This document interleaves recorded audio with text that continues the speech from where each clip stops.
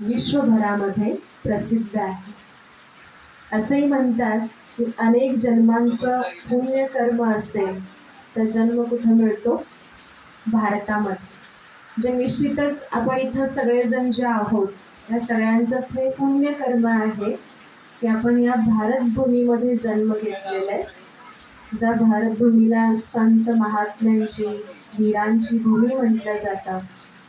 संस्कृतीने नटलेली, विविधतेने नटलेली ही भारत भूमी, अनेक जाती, धर्म, मठ, पंथ असून सुद्धा अनेकतेमध्ये एकता दर्शवणारी आपली ही भारत भूमी आहे. आणि या भारत भूमीमध्ये जितके सण साजरे केले जातात तेवढे जगाच्या पाठीवर कुठल्याही देशामध्ये इतके सण साजरे केले जात नाहीत. जसं मजेशीर प्रश्न असा विचारला जातो की एका वर्षामध्ये दिवस किती असतात? दिवस किती असतात? 365 दिवस असतात. परंतु असं म्हटलं जातं की भारतामध्ये जे सण साजरे करतो आपण ते 366 साजरे करतो. म्हणजे वर्षभरामधला प्रत्येक दिवस हा भारतामधला एक सण आहे, एक उत्सव आहे. आणि ह्या अनेक उत्सवांच्या पैकी सगळ्यात महत्त्वाचा म्हणा, सगळ्यांचा आवडता म्हणा, हा गणेश उत्सव आपण साजरा करतो. तर ज्या मंगल मूर्ती समोर आपण सगळे बसलेलो आहोत, या मंगल मूर्तीच्या डोक्यापासून पायापर्यंत प्रत्येक अवयवाचं काहीतरी आध्यात्मिक महत्त्व आहे. या मंगल मूर्तीचे ज्यावेळी आपण दर्शन घेतो, दर्शन घेणं म्हणजे काय? डोळे भरून त्या मूर्तीला बघणं आणि त्या मूर्तीमध्ये जे आहे ते आपल्या जीवनामध्ये धारण करणं. आज आम्ही ब्रह्मकुमारी विद्यालयाच्या माध्यमातून आलेलो आहे. राधानगरीमध्ये आपलं हे ब्रह्मकुमारी विद्यालयाचं कार्य चालतं. परंतु असंही वाटेल की ब्रह्मकुमारी विद्यालय म्हणजे कुठल्या तरी धर्माचा प्रचार किंवा प्रसार आहे का? तर असं अजिबात नाही.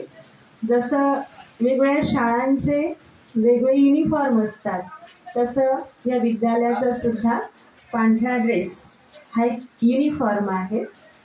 या विद्यालयामध्ये सगळेच जण येऊन ज्ञान घेतात. इथं कुठलाही जाती धर्म भेदभाव नाहीये.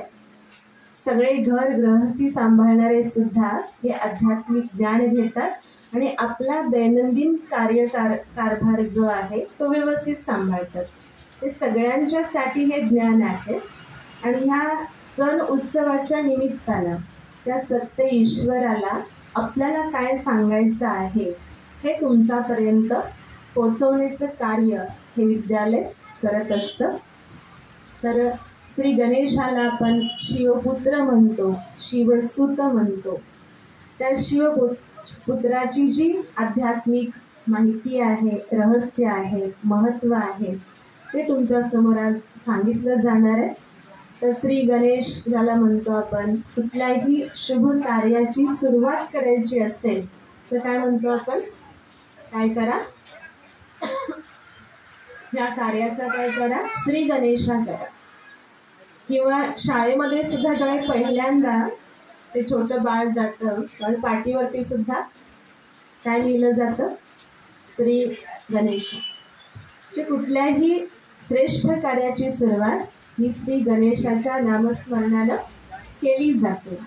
ज्या श्री गणेशाला अष्टविनायक म्हणतो आपण, सिद्धिविनायक म्हणतो, विघ्न विनाशक म्हणतो, गणनायक म्हणतो, गणाधीश म्हणतो, गणपती, गुणपती असा तो श्री गणेश.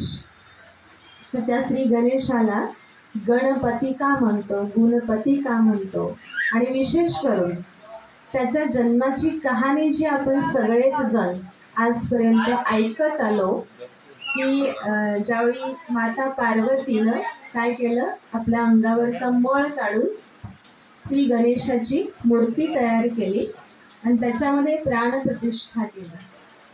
आणि एक दिवस पहारा देण्यासाठी घराच्या दरवाजावरती बसवलं होतं गणेशाला. आणि शंकर ज्यावेळी तपस्या करून आल्यानंतर श्री गणेशाने त्याला त्यांना आत जाऊ दिलं नाही. आदेश होता आईचा की कुणी आलं तरी आत सोडायचं नाही. म्हणजे त्या गणेशाने हे आपले वडील आहेत हे ओळखलं नाही. आणि असं सांगतात की शंकराला मग खूप राग आला आणि त्या रागामध्ये त्या गणेशाचं त्यांनी मुंडकं उडवलं. आणि हे बघून आई खूप दुःखी झाली आणि तिनं ही मागणी केली की माझा पुत्र मला परत पाहिजे. आणि त्यामुळे असं सांगितलं जातं की शंकराने काय केलं, सगळ्यांना पाठवलं उत्तर दिशेला आणि जो कुठला पहिला प्राणी तुम्हाला दिसेल तर त्याचं मुंडकं तुम्ही घेऊन या. आणि पहिला प्राणी कुठला दिसला, हत्ती. त्या हत्तीचं मुंडकं त्यांनी घेऊन आले आणि ते गणेशाच्या ते जे धड होतं त्याला लावलं आणि तो जिवंत झाला, प्राण प्रतिष्ठा झाली असं सांगतो. तसं बघायला गेलं जर आपण विचार केला की जर जे उडवलेलं मुंडकं होतं तेच जरी लावलं असतं तरी सुद्धा चाललं असतं. पण तसं न करता त्या हत्तीचं तोंड लावलं. म्हणजे पहिल्यांदा एक हत्या केली, आपण त्याला हत्या म्हणत नाही, आपण म्हणतो शिरच्छेद केला किंवा मुंडकं उडवलं. आणि परत त्याला जिवंत करण्यासाठी दुसऱ्या प्राण्याला मारलं आणि ते मुख आणून श्री गणेशाला लावलं. आता याच्या पाठीमागे नेमका अर्थ काय आहे, तसा विचार केला की माता पार्वती एक देवी, तिच्या अंगावर खरंच इतका मळ असू शकतो का, विचार करण्यासारखी गोष्ट आहे. म्हणजे एक मूर्ती तयार होईल इतका मळ असू शकतो का. किंवा श्री गणेशानं आपल्या वडिलांना ओळखलं नाही आणि मग त्याचं मुंडकं उडवलं गेलं, याच्या पाठीमागं काय अर्थ नेमका लपलेला आहे. तर असं सांगितलं जातं, ईश्वर स्वतः सांगतात की ज्यावेळी मी या कलियुगाच्या अंताला येतो सृष्टीवर त्यावेळी माझी मुलं ह्या देह अभिमानाच्या मातीमध्ये, जसं देह म्हणतो ना आपण 5 तत्वांनी बनलेलं आहे, मातीमधनं बनलेलं आहे शरीर, मातीमध्येच ते मिळून जाणार. पण त्या मातीच्या अभिमानामध्ये आपण सगळेजण आहोत की हे दिसणारं शरीर म्हणजेच मी. आणि त्या अभिमानामध्ये असल्यामुळं आपल्या सगळ्यांचा पिता जो शिव परमात्मा आहे, ज्याला देवाधी देव महादेव असं म्हटलं जातं, त्याला आपण सगळेजण विसरलो. मिथ्या अभिमानामध्ये, अहंकारामध्ये आलो. मिथ्या म्हणजे खोटा, देहाचा अभिमान, देह नष्ट होणार आहे पण त्या देहाच्या अभिमानामध्ये आलो, अहंकारामध्ये आलो. आणि ईश्वर येऊन काय करतात, त्या देह अहंकाराचं मुंडकं उडवतात, त्या अभिमानाचं मुंडकं उडवतात आणि त्या ठिकाणी दुसरं मुख लावतात, ज्याला गजमुख असं म्हटलं. आणि त्या गजमुखाचं जर आपण वर्णन बघितलं किंवा प्रत्येक अवयवाचं जर वर्णन बघितलं तर प्रत्येक अवयवामधनं काहीतरी प्रत्येकाला घेण्यासारखं आहे. आणि आज ज्या मूर्ती समोर आपण बसलेलं आहे, विशेष करून या जास्वंदाच्या फुलामध्ये विराजमान श्री गणेश. असेही म्हणतात की श्री गणेशाला लाल रंग खूप आवडतो आणि लाल रंगाचं हे जास्वंदीचं फूल ज्याला आपण शुभ मानतो किंवा ज्याचे औषधी सुद्धा खूप उपयोग आहेत, अशा जास्वंदीच्या फुलामध्ये विराजमान ही श्री गणेशाची मूर्ती. ज्या श्री गणेशाचं मस्तक जे आहे, भव्य मस्तक, विशाल मस्तक, मोठं डोकं, गजानन म्हटलं ना त्याला, गजानन, गज प्लस आनंद म्हणजे हत्तीचं तोंड. गज म्हणजे हत्ती, आनंद म्हणजे चेहरा, गजमुख, गजानन असं म्हणतो आपण ज्याला. भव्य मस्तक दाखवलं जे बुद्धीचं प्रतीक, दिव्य बुद्धीचं प्रतीक. एखादा खूप हुशार असेल, डोकं मोठं असेल, आपण म्हणतो हा अतिशय बुद्धिवान आहे. तसं श्री गणेशाला बुद्धिवान म्हटलेलं आहे, बुद्धीची देवता असं म्हटलेलं आहे. म्हणून त्याचं मस्तक एवढं मोठं दाखवलेलं आहे, विशाल मस्तक आहे. आपल्या बुद्धीच्या आधारावर श्री गणेशानं अनेक सुंदर सुंदर कार्य केली हे सुद्धा आपल्याला माहिती आहे. तर श्रेष्ठ बुद्धीचं, दिव्य बुद्धीचं प्रतीक म्हणून भव्य मस्तक दाखवलेलं आहे. नंतर श्री गणेशाचे जे डोळे आहेत, डोळे किती छोटे छोटे, आज जर आपण बघितलं असं शारीरिक सौंदर्याच्या दृष्टिकोनातून, तर असं म्हटलं जातं की डोळे कसे पाहिजे, मोठे टपोरे डोळे पाहिजे. आणि श्री गणेशाचे डोळे कसे, छोटे छोटे डोळे. तसं बघायला गेलं, एखादी खूप गहन गोष्ट, एखादा खूप अगदी महत्वाच्या विषयावरती आपल्या मनामध्ये जेव्हा विचार चालतात, चिंतन करतो, त्यावेळी आपोआप डोळे कसे होतात आपले, कसे होतात, बारीक होतात ना. आणि आपले बारीक डोळे बघून असं पण विचारतं कोणीतरी, बाबा कुठल्या विचारामध्ये एवढे मग्न झालाय, काय विचार चालले, कशाचा विचार करायला गेलाय. म्हणजे दूरदृष्टी.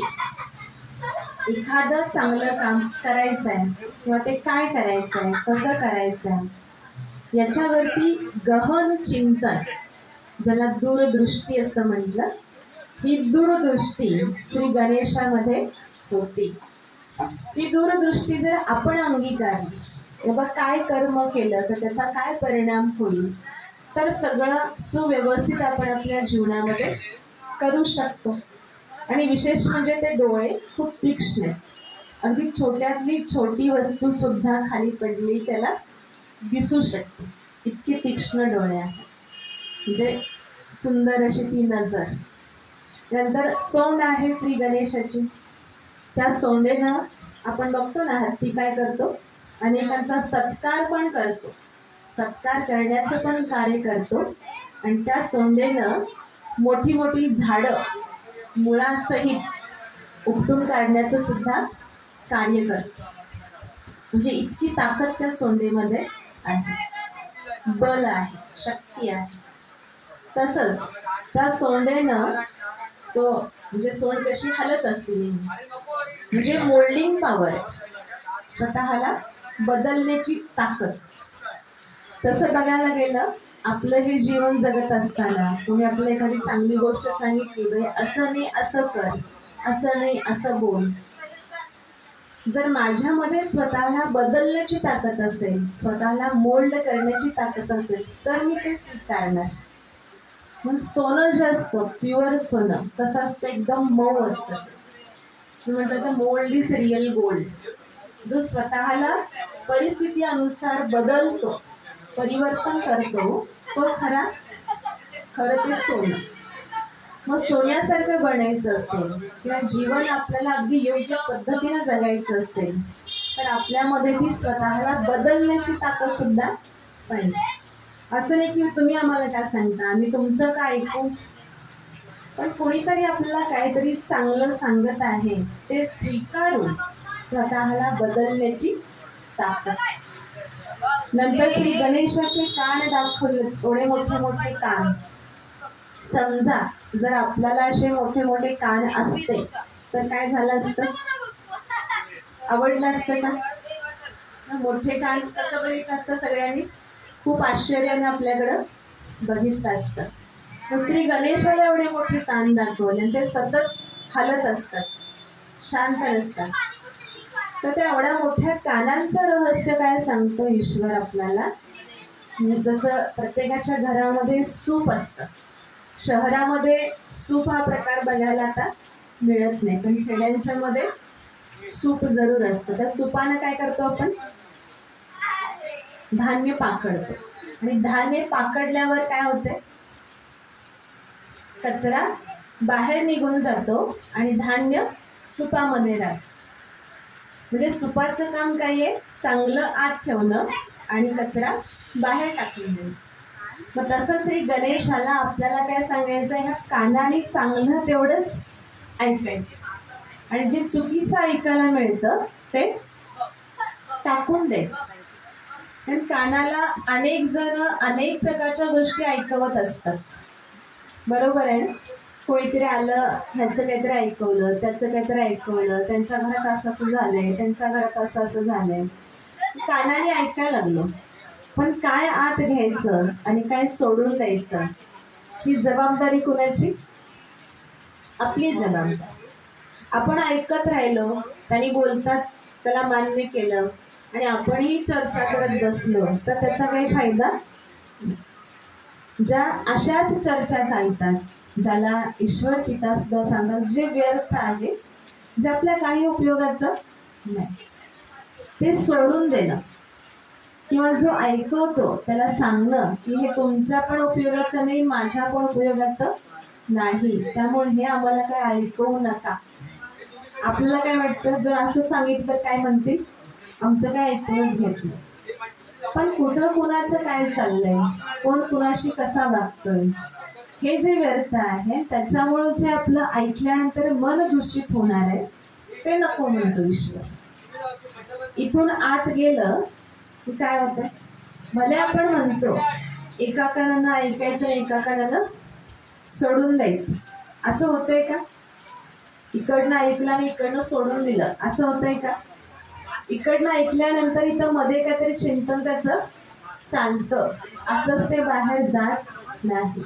ईश्वराचं सांगणं आहे की चांगलं घ्यायचं आणि जे चुकीचं आहे ते सोडून द्यायचं, ते ऐकत बसायचं नाही. नंतर श्री गणेशाचे 4 हात आहेत. 4 हातामध्ये एक एक अलंकार दाखवलेला असतो. एका हातामध्ये कुऱ्हाड असते, एका हातामध्ये दोरी असते, एका हातामध्ये मोदक असतात आणि एक वरद हस्त असतो, वरदानी हात. त्या प्रत्येक अलंकाराचं पण काहीतरी महत्व आहे. कुऱ्हाड कशी असते, कुऱ्हाड म्हणजे एकदम तिचं पातळ धारदार असतं. त्या कुऱ्हाडीनं घाव जर घातला, घाव घातल्यानंतर काय होते, एक घाव आणि 2 तुकडे.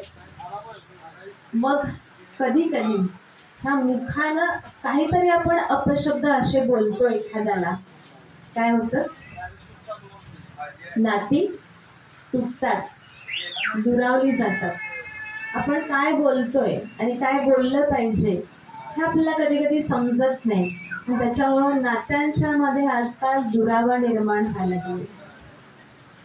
तोंडाला येईल ते अपशब्द ज्यावेळी व्यक्ती बोलतो, त्यावेळी जसं म्हणतात ना, ह्याने असं असं बोलले तर माझ्या जीवाला लागलं. ते जीवाला लागलं म्हणजे काय, ते कित्येक वर्ष जात नाही, घर करून बस. म्हणतो ना आपण, तुम्ही असं बोलला की माझ्या काळजाला काय पडली, घर पडली. खरंच अशी काही घरं पडत नाही, परंतु ते फार वाईट वाटलेलं असतं. म्हणजे मुखानं काय बोलायचं, काय नाही बोलायचं, हे पण विचार केला पाहिजे. आपल्या सर्वांना ईश्वराचं एक सांगणं आहे की कम बोलो, धीरे बोलो, मीठा बोलो, जो भी बोलना है सोच समझ के तोल माप के बोल. एकतर कमी बोला, हळू बोला, चांगलं बोला, गोड बोला, जे बोलायचे ते विचार करून बोला. ह्या जिभेवरती, ह्या तोंडावरती आपला काय पाहिजे, ताबा पाहिजे. आणि घाव कशावर घालायचा, बोलून कुणाला दुःखी नाही करायचं.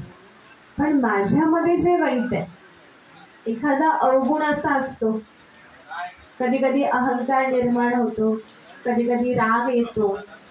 इथं बसलेले जे सगळे आहेत, राग येतो का कुणाला, सगळ्यांना राग येत नाही असं कोण. कधी कधी ते रागाचं प्रमाण इतकं मोठं असतं की आपण आजकालची उदाहरणं बघतो ना बाहेर, की रागाच्या भरात, कसला भर, रागाचा भर, त्या रागाच्या भरात एखाद्याला व्यक्ती मारतो सुद्धा, चुकीचं बोलतो सुद्धा. महाराग, अति राग असेल, अति अहंकार असेल, अति लोभ असेल, ह्या अवगुणांच्या वरती घाव घाला म्हणतो. त्याला कट करा, त्याला खतम करा. काम, क्रोध, लोभ, मोह, अहंकार, ईर्षा, घृणा, द्वेष, याच्यामुळे मनुष्याचं जीवन कसं बनायला लागलेलं आहे, अस्तव्यस्त झाले सगळं. जर स्थिर करायचं असेल जीवनाला, तर हे सगळं आपल्यामधनं निघून गेलं पाहिजे. कुऱ्हाडीनं घाव कशावर घालायचा, आपल्या स्वतःमध्ये असलेल्या अवगुणांच्यावर, वाईटावर. नंतर जी दोरी आहे हातामध्ये, ही दोरी कशाचं प्रतीक आहे, बांधून ठेवण्याचं प्रतीक. घराला बांधून ठेवणं स्नेहानं आणि प्रेमानं, नाती जपणं स्नेहानं आणि प्रेमानं. नाती तुटतात कधी, जेव्हा तिथं प्रेम नसतं, आपुलकी नसती, जिव्हाळा नसतो, त्यावेळी नाती तुटतात. एकमेकाला बांधून ठेवणं त्या स्नेह प्रेमाच्या दोरीनं तर नाती टिकतात, हे सांगायचं आपल्याला श्री गणेशाला. नंतर एका हातामध्ये मोदक आहेत. मोदक आपण सगळ्यांनी बनवले.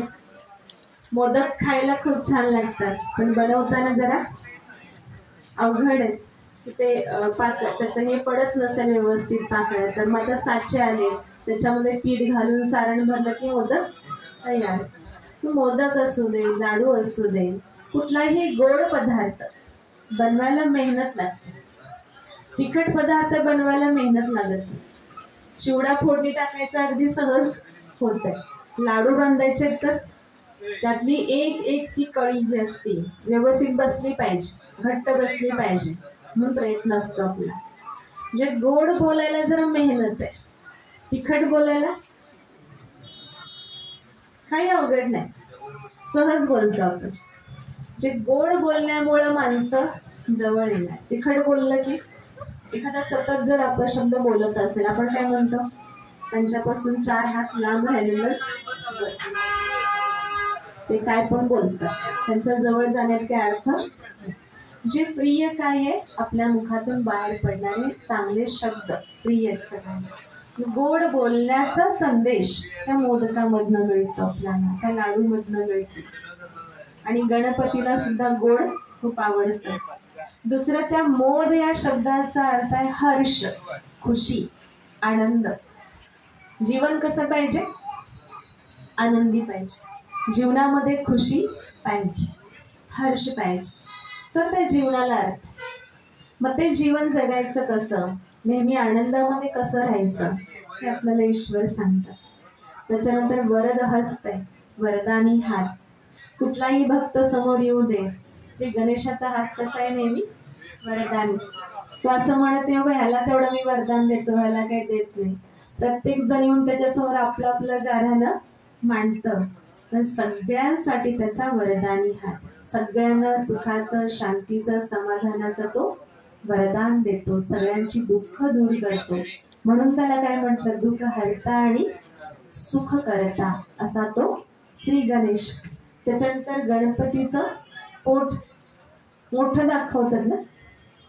फिटनेसच्या दृष्टिकोनातून जर बघितलं आज कलियुगामध्ये, मोठं पोट असणं म्हणजे आरोग्याला घातक. एखाद्याचं पोट वाढलं, मोठं झालं, लगेच डॉक्टर पण सल्ला देतात, आजूबाजूचे पण सल्ला देतात की पोट जरा कमी करा, पोटाची ढेरी जरा कमी करा, मग वॉकिंग करा, व्यायाम करा, काय पण करा, पण पोट वाढलेलं चालत नाही. म्हणजे शरीर फिट पाहिजे. आणि श्री गणेशाचं पोट मात्र एवढं मोठं दाखवले, काय कारण असेल, सगळं सामावून घेतो. अनेक जण येतात त्याच्या समोर, अनेक जण अनेक गोष्टी सांगतात, पण तो काय करतो, सगळं सामावून घेतो. सामावून घेण्याची ताकद आहे त्याच्यामध्ये. आपल्या समोर एखाद्याने येऊन काय तर त्याचा प्रॉब्लेम सांगितला, कितपत सामावून घेतलं जातं. एखाद्याला एखादी गोष्ट सांगितली, आपण त्याला आवर्जून सांगतो की बाबा असं असं तुला मी सांगितले, तू कुणाला सुद्धा सांगू नको, फक्त मी तुलाच सांगितलंय. पण तो काय करतो, तो दुसऱ्या कुणाला तरी सांगतो. आणि त्यालाही सांगताना काय म्हणतो, तो मला ज्यानं ही गोष्ट सांगितलेली आहे त्यानं मला सांगितले की कुणालाही सांगू नको, पण मी तुला सांगितलं, तू कुणाला सांगू नको. प्रत्येक जण प्रत्येकाला हे सांगतो, तुला म्हणून फक्त सांगितले, तो कुणाला सांगू नको. ही गोष्ट सगळ्यांच्या पर्यंत पोचते. आणि एखाद्याचा असा स्वभाव असतो की काहीच राहत नाही, आपण म्हणतो त्याला काही सांगून फायदा नाही, त्याच्या पोटात काय राहत नाही. श्री गणेशाचं आपल्याला सांगणं काय आहे, सामावून घ्यायला शिक. एखाद्यानं फार विश्वासाने एखादा प्रॉब्लेम आपल्यासमोर मांडलेला असतो, त्याच्यावरती काहीतरी विघ्न असतं, खऱ्या अर्थानं तो ईश्वर काय म्हणतो, तुम्ही विघ्न विनाशक बना. प्रयत्न काय करा, त्याच्यासमोर असलेलं विघ्न खतम करण्याचा प्रयत्न करा. त्याला दिलासा द्या, त्याला आधार द्या, 2 शब्द चांगले त्याच्याशी बोला, जेणेकरून तो पुढे जाईल, त्याला ताकद मिळेल. म्हणजे खऱ्या अर्थानं विघ्न विनाशक बनण्याचं कार्य आपण सुद्धा करू शकतो. सामावून घेण्याची ताकद. कोणी काही येऊन सांगितलं लगेच बाहेर नको, त्याला सामावून घ्यायचं. नंतर श्री गणेशाला जे वाहन दाखवलेलं आहे उंदीर. घरामध्ये उंदीर असतात. आता इथं बसलेलं जर मी विचारलं उंदीर आहेत का घरात, तर म्हणणार बहिणीचे काय पण विचारतात. आहेत म्हणून सांगितलं तर काय होईल, आहेत. आणि असं म्हणतो ना आपण की गणेशाचं वाहन मूषक उंदीर. मग आपल्या घरामध्ये जर उंदीर आहेत तर त्यांना पळवून लावण्यासाठी किती प्रयत्न करतो. मांजर पाळलं पाहिजे, मांजर असलं की उंदीर येत नाही. जर श्री गणेशाचं वाहन, जो एवढा मोठा श्री गणेश, त्याचं वाहन जर उंदीर दाखवलेलं आहे तर आपण त्या उंदरांना मान सन्मान दिला पाहिजे ना. आपण ही त्यांची काळजी घेतली पाहिजे. परंतु त्या उंदरांचा प्रश्न नाहीये. उंदीर असा कुणाला आवडत नाही, कारण उंदराचं काम काय असते, सतत सतत कुरतडत राहणं. तुम्ही नवीन वस्तू आणा, जुनी आणा, काही आणा, सतत तो काय करणार, कुरतडत राहणार. म्हणजे त्याचा फायदा तोटा काय नाही त्याच्यामध्ये, पण त्याचं काम काय आहे, कुरतडायचं. आणि जर त्याला पकडायचं म्हटलं तरी तो सापडत नाही. आता इथं आहे तर शोधलं तर सगळं घर सापडणार नाही, तो सगळ्या घरामध्ये शोधलं तरी सुद्धा सापडणार नाही, इतका तो चंचल आहे. तर श्री गणेशाचं आपल्याला हे सांगणं आहे की उंदीर हे काय आहे, आपल्या चंचल मनाचं प्रतीक. मन काय करतं, क्षणात इथं, क्षणात सगळं राधानगरी पण फिरून येईल. इथं बसलेलं आहे, आदेश दिलेला आहे की एवढ्या वेळ तुम्हाला बसायचं आहे, पण मन विचार काय करणार की एवढ्या वेळेस सांगितलं, मग एवढ्या वेळेस मी घरात सांगून आलो ना. मन लगेच घरात जाऊन पोहोचेल की घरातले काय म्हणतील, अजून आलेले अजून आलेले, आता या बहिणीच्या आल्या तिथं, आता किती वेळ सांगणार आहेत काय माहिती, असं पण मनामध्ये चक्र सुरू असणार. जे मन सतत विचार करतं, सतत विचार करत आणि कधी कधी खूप चुकीचे विचार करत. जसं उंदराचं काम आहे कुरतडत राहणं, कुरतडत राहणं, तसं मन नको ते विचार करतं. कधी कधी एखादा सहज काहीतरी बोलला तरी सुद्धा असंच का म्हटलं असेल, काय झालं असेल याला, त्याने असं का व्यवहार केला असेल, दिवसभर त्या विचार चक्रामध्ये. म्हणजे इतकं मन चुकीचे विचार करायला लागले. चंचल आहे मन, धावत राहते सतत. म्हणून मनाला काय म्हटलं, मन वढाय वढाय उभ्या पिकातल ढोर, किती हाकल हाकल तरी फिरून येत पिकावर. अशा चंचल मनाला कंट्रोल करण्याची विधी इथं जो सहज राजयोग शिकवला जातो विद्यालयामध्ये, त्याच्या आधारे आपण करू शकतो. जे मनाला कसं वश करायचं, मनावरती कसा ताबा मिळवायचा, त्या मनाला स्थिर कसं करायचं, त्या मनाची एकाग्रता कशी साध्य करायची, हे ईश्वर आपल्याला सांगतात. आणि स्थिरता, जसं श्री गणेशाची मूर्ती आपण नेहमी बघतो की एक पाय असा वर असतो आणि एक खाली जमिनीवरती टेकलेला असतो. म्हणजे निंदा, स्तुती, मान, अपमान सगळ्यामध्ये मनाची अवस्था कशी स्थिर पाहिजे. कोणी महिमा केली, स्तुती केली तरी पण स्थिर, कोणी अपमान केला तरी सुद्धा स्थिर. सगळ्यामध्ये अवस्था कशी पाहिजे, स्थिर. आणि हे आपण साध्य करू शकतो त्या श्री गणेशाच्या आठवणीच्या आधारे. म्हणजे श्री गणेशाच्या प्रत्येक अवयवामध्ये जे काही गुण लपलेले आहेत हे सगळं आपल्याला तो ईश्वर सांगतो. आणि विशेष करून श्री गणेशाच्या 2 पत्नी सांगतात ना, रिद्धी आणि सिद्धी. त्याचाही अर्थ ईश्वर सुंदर सांगतो. रिद्धी म्हणजे समृद्धी, सिद्धी म्हणजे सफलता. समृद्धी आणि सफलता आपल्या जीवनामध्ये आणायची असेल तर त्यासाठी हे सगळे गुण धारण करणं गरजेचं आहे. मग सहनशीलता पाहिजे, सामावून घेण्याची ताकद पाहिजे, योग्य काय अयोग्य काय हे पारखण्याची ताकद पाहिजे, दूरदृष्टी पाहिजे, चांगलं ऐकण्याची ताकद पाहिजे. हे सगळे गुण धारण केले की प्रत्येक कार्यामध्ये सफलता मिळणार, जीवन आपलं समृद्ध बनणार. आणि विशेष करून अशी गोष्ट आपण श्री गणेशाविषयी ऐकत आलो की श्री गणेशाचा भाऊ कार्तिक आणि शंकर पार्वतीने काय सांगितलं की संपूर्ण विश्वाची परिक्रमा करून. तर कार्तिक आपलं वाहन मोर घेऊन गेला परिक्रमा करण्यासाठी, पण तो श्री गणेशाचं वाहन उंदीर. तेवढ्याशा उंदरावरनं कधी जगाचं भ्रमण करणार, परिक्रमा करणार.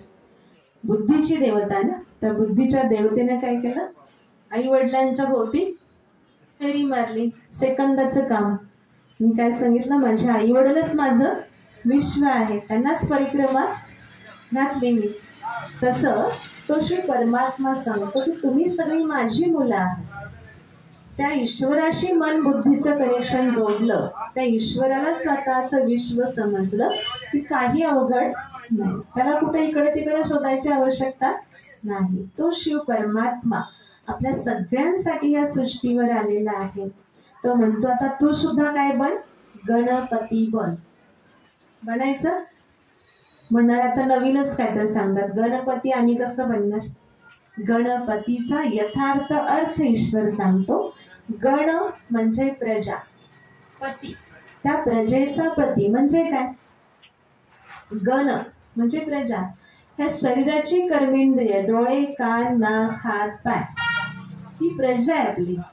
आणि ह्या प्रजेवरती राज्य करणारा, ह्या शरीरामध्ये राहणारा एक चैतन्य बिंदू, ज्याला आत्मा असं म्हटलंय. मस्तकाच्या मध्यभागी विराजमान एक चैतन्य शक्ती, जिथे आपण सगळेजण हळदी कुंकू लावतो, अंगारा लावतो, तर त्या आत्म्याची ओळख तो परमात्मा करून देतो.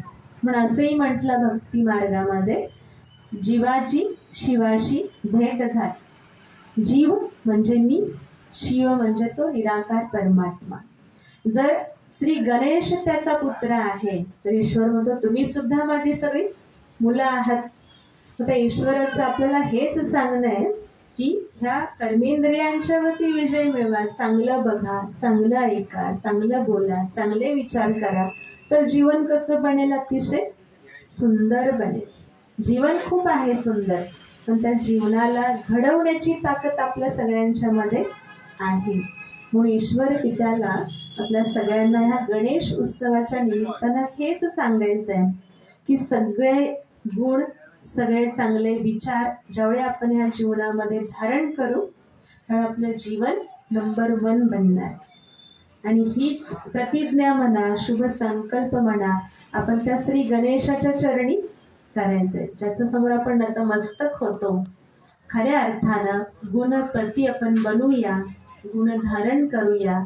जीवनामध्ये येणाऱ्या अनेक समस्या, अनेक विघ्न, ह्या सगळ्या विघ्नांना खतम करून जीवन सुंदर बनवूया. ही श्रेष्ठ प्रेरणा आपण त्या श्री गणेशाकडनं घेऊया.